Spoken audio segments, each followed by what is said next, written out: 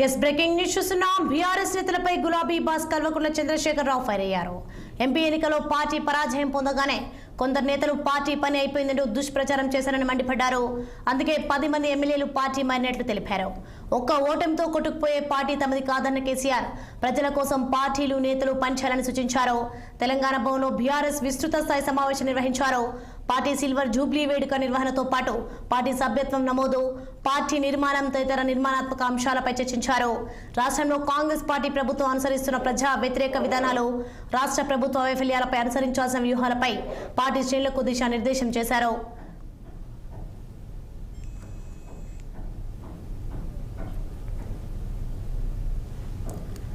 తెలంగాణ భవన్లో కేసీఆర్ కు ఘన స్వాగతం లభించింది.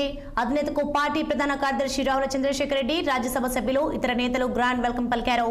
కేసీఆర్ సీఎం అంటూ నినాదాలతో తెలంగాణ భవన్ మారుమోగింది. లోకల్ బాడీ ఎన్నికల్లో పార్టీ శ్రేణులు కష్టపడాలని కేసీఆర్ పిలుపునిచ్చారు. 100% మళ్లీ అధికారంలోకి వస్తామని ధీమా వ్యక్తం చేశారు. పార్టీ సిల్వర్ జూబ్లీ వేడుకలు నిర్వహించాలని నిర్ణయించిన మాజీ సీఎం ఏప్రిల్ 10న బీఆర్ఎస్ సన్నాహక సమావేశం నిర్వహించాలని, ఏప్రిల్ 27న బీఆర్ఎస్ భారీ బహిరంగ సభ నిర్వహించాలని నిర్ణయించారు. ఏప్రిల్ 10 నుంచి బీఆర్ఎస్ సభ్యత్వ నమోదు కార్యక్రమం మొదలు కానుందని చెప్పారు. త్వరలోనే మహిళా కమిటీలు ఏర్పాటు చేస్తున్నట్లు వెల్లడించారు. సభ్యత్వ నమోదు కమిటీలకు హరీష్ రావు బాధ్యత వహిస్తారని ప్రకటించారు కేసీఆర్.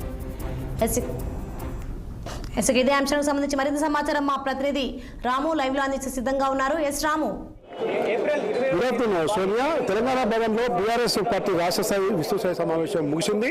అయితే ముఖ్యంగా మాజీ ముఖ్యమంత్రి బీఆర్ఎస్ పార్టీ అధినేత శ్రేణులకు దిశానిర్దేశం చేశారు. దాదాపు 2 గంటల పాటు ఈ సమావేశం కొనసాగింది. తాజా రాజకీయ పరిస్థితులతో పాటు కేంద్రంలోని రాష్ట్రంలోని తాజా రాజకీయాలను కూడా ఆయన చాలాసేపు శ్రేణులకు వివరించారు. ముఖ్యంగా పార్టీ ఏప్రిల్ 27వ తేదీ నాటికి పార్టీ ఏర్పడి 25 సంవత్సరాలు పూర్తవుతున్న సందర్భంగా సిల్వర్ జూబ్లీ ఉత్సవాలని సంవత్సరం పాటు నిర్వహించాలని చెప్పి ఈరోజు కేసీఆర్ వాళ్ళందరికీ దిశానిర్దేశించారు. ఏప్రిల్ 10వ తేదీ నుంచి పార్టీ సభ్యత్వం నమోదు, పార్టీ నిర్మాణంపై దృష్టి పెట్టాలని కూడా ఆయన చెప్పడం జరిగింది. ఈ నేపథ్యంలోనే ఈ పార్టీ కమిటీలు, అనుబంధ కమిటీలు, పార్టీ రాష్ట్ర మొత్తం జిల్లా కమిటీలు, మండల కమిటీలతో పాటు అనుబంధ కమిటీలు అన్నీ కూడా వేసే బాధ్యతను మాజీ మంత్రి ప్రస్తుత సిద్దిపేట ఎమ్మెల్యే హరీష్ రావుకు అప్పచెప్పడం జరిగింది.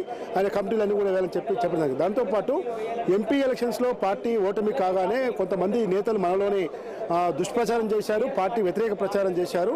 ఇది తట్టుకోలేని పరిస్థితుల్లోనే 10 మంది ఎమ్మెల్యేలు పార్టీ మారారని చెప్పి తెలిసింది. అయితే సుప్రీంకోర్టులో ఈ పార్టీ ఎమ్మెల్యేల ఫిరాయింపు ఎమ్మెల్యేల అనర్హత విషయంపై సుప్రీంకోర్టులో మన తరపు అడ్వకేట్ చాలా బాగా పోరాడుతున్నాడు. ఖచ్చితంగా ఉప ఎన్నికలు వస్తాయి, మీరు అందరూ కూడా సిద్ధంగా ఉండాలని చెప్పి కూడా ఆయన చెప్పడం జరిగింది. దీంతోపాటు ఎక్కడ కూడా సీఎం ప్రస్తుతం రాష్ట్రాన్ని పాలిస్తున్న ముఖ్యమంత్రి రేవంత్ రెడ్డి పేరు మాత్రం ఆయన ఎక్కడ కూడా ప్రస్తావించలేదు. కేవలం ముఖ్యమంత్రి రాష్ట్రాన్ని బాగా నడపడం లేదు, వాళ్ళతో కాదు, ఎందుకంటే వాళ్ళకు సిద్ధాంతం అంటూ లేదు అని చెప్పి చెప్పారు తప్ప రేవంత్ రెడ్డి పేరు మాత్రం ఎక్కడ కూడా కేసీఆర్ నోట వినపడలేదని చెప్పి పార్టీ నేతలు చెప్తున్నారు. అయితే ముఖ్యంగా గత ఎన్టీఆర్ హయాం నుంచి రాజకీయాలు ఏ విధంగా ఉన్నాయి, గత వైఎస్ రాజశేఖర రెడ్డి, చంద్రబాబు నాయుడు, అదేవిధంగా రోషయ్య, కిరణ్ కుమార్ రెడ్డి, ఎన్టీఆర్, ఈ అంతా రాజకీయాలు ఏ విధంగా ఉండే, ఇప్పుడు రాజకీయాల పరిస్థితి ఏందనేది కూడా ఆయన సుదీర్ఘంగా వాళ్ళందరికీ వివరించినట్టు తెలుస్తూ ఉంది. కాబట్టి ఎవరు కూడా దిగులు పడొద్దు.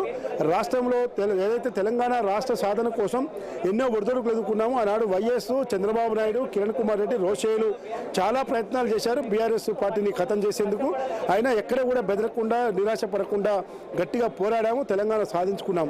10 ఏళ్ళు రాష్ట్రాన్ని పాలించాం, మళ్ళీ పాలించేది మనమే, రాష్ట్రాన్ని కాపాడుకునేది మనమే అని చెప్పి కూడా ఆయన శ్రేణులకు దిశానిర్దేశం చేసినట్టు తెలుస్తూ ఉంది. ఏదేమైనా సిల్వర్ జూబ్లీ సందర్భంగా పార్టీ శ్రేణులు మాత్రం ఖచ్చితంగా నిర్మాణాత్మక పాత్ర పోషించాలి. తర్వాత మొట్టమొదటి పెద్ద ఎత్తున ఈ నిర్మాణాత్మక పాత్ర పోషించి కమిటీలు పూర్తి స్థాయిలో వేయాలి.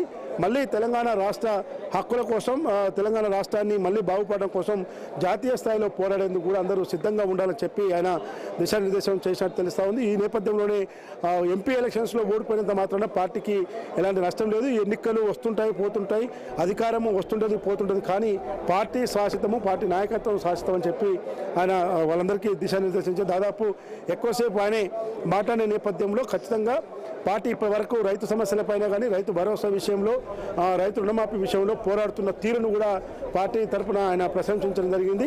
ఖచ్చితంగా స్థానిక సంస్థల ఎన్నికల్లో మాత్రం పార్టీ మంచి విజయబావుట ఎగిరేస్తుంది, ఎవరు కూడా దిగులు పడదు, ఖచ్చితంగా గట్టిగా పోరాడాలని కూడా ఆయన చెప్పినట్టు తెలుస్తూ ఉంది. మొత్తం కూడా దాదాపు 2 గంటల పాటు జరిగిన పార్టీ సమావేశంలో రాజకీయాలు ఎక్కువ మాట్లాడకుండా కేవలం పార్టీ నిర్మాణము, పార్టీ కమిటీలు, పార్టీ పటిష్టత ఏ విధంగా ఉండాలి దానిపైన ఎక్కువ దృష్టి సారించడం తెలుస్తూ ఉంది. 25 ఏళ్ల పాటు మనం ఏదైతే టీఆర్ఎస్ పార్టీని ఈరోజు నడుపుకుంటూ వస్తున్నామో ఖచ్చితంగా ఈరోజు అదే స్థాయిలో మళ్ళీ ఇంకా భవిష్యత్తులో మరింత ఉత్సాహంతో కూడా ముందుకు పోవాలని చెప్పినట్టు తెలుస్తుంది. కాబట్టి ముఖ్యమంత్రి అనే పదం వాడేది తప్ప ముఖ్యమంత్రి రేవంత్ రెడ్డి అనే పదం ఎక్కడ కూడా ఆయన ఉచ్చరించలేదు. కేవలం రాష్ట్రంలో ముఖ్యమంత్రి పాలన ఏమాత్రం కూడా బాగోలేదు, వాళ్ళు సరిగ్గా నడపడం రావట్లేదు, నడపడానికి కూడా రాదని చెప్పడం జరిగింది. మన ప్రభుత్వ హయాంలో మనం 15,000 కోట్లను ఆదాయం పెంచుకుంటూ పోతే ఇప్పుడు కాంగ్రెస్ పార్టీ ప్రభుత్వం 15,000 కోట్ల ఆదాయానికి గండి కొట్టుకుంటూ పోతుందని కూడా చెప్పినట్టు తెలుస్తూ ఉంది. సమావేశం ముగిసింది. ఇక కొద్దిసేపట్లో కేసీఆర్ కూడా ఇక్కడి నుంచి వెళ్ళిపోతారు. ఏదేమైనా మాజీ మంత్రి హరీష్ రావుకు మాత్రం ఈ పార్టీ కమిటీల నిర్వహణ, పార్టీ సభ్యత్వ నమోదు అన్నీ కూడా చెప్పడం జరిగింది. ఏప్రిల్ 10వ తేదీన మరోసారి పార్టీ సన్నాహక సమావేశం ఏర్పాటు చేసి సభ్యత్వ కార్యక్రమాన్ని పెద్ద ఎత్తున చేపట్టాలని చెప్పి ఇన్ఛార్జీలకి అందరూ కూడా చెప్పడం జరిగింది. అయితే ఏప్రిల్ 27వ తేదీన మాత్రం భారీ బహిరంగ సభ నిర్వహించేందుకు పార్టీ సిద్ధంగా ఉంది. కాబట్టి అందరూ కూడా ఆ భారీ బహిరంగ సభను పెద్ద ఎత్తున బహిరంగ సభను జయప్రదం చేసేందుకు పార్టీ శ్రేణులంతా కూడా కలిసి రావాలని చెప్పి ఆయన చెప్పినట్టు తెలుస్తా ఉంది. Thank you Ram.